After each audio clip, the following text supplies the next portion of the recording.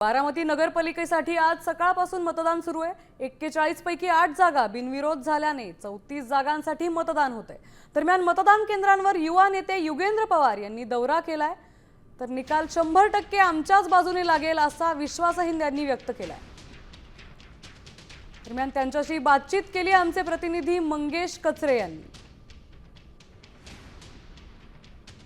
बारामती नगरपालिकेसाठी आज मतदान होत आहे। आज सकाळपासून मतदानाला सुरुवात झाली आहे। युवा नेते युगेंद्र पवार हे आज मतदान केंद्रावर जाऊन दौरा करत आहेत। आपण त्यांच्याशी बातचीत करू। आता 9 वर्ष झाली निवडणुका नाहीये, 9 वर्षानंतर आता निवडणुका होत आहेत आणि त्याच्यामुळे लोकांना परिवर्तन पाहिजे, लोकांना बदल पाहिजे।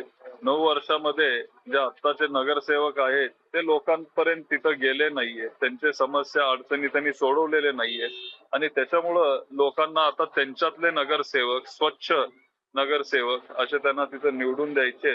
निकाल 100% हा आमच्या बाजूने असेल। आमचे सगळे जे मित्र पक्ष आहेत, वंचित बहुजन आघाडी, शिवसेना, काँग्रेस, काही अपक्ष उमेदवारांना आपण पाठिंबा दिलेला आहे। असं विरोधात जास्तीत जास्त मतदान होईल। मंगेश कचरे, साम टीव्ही न्यूज, बारामती।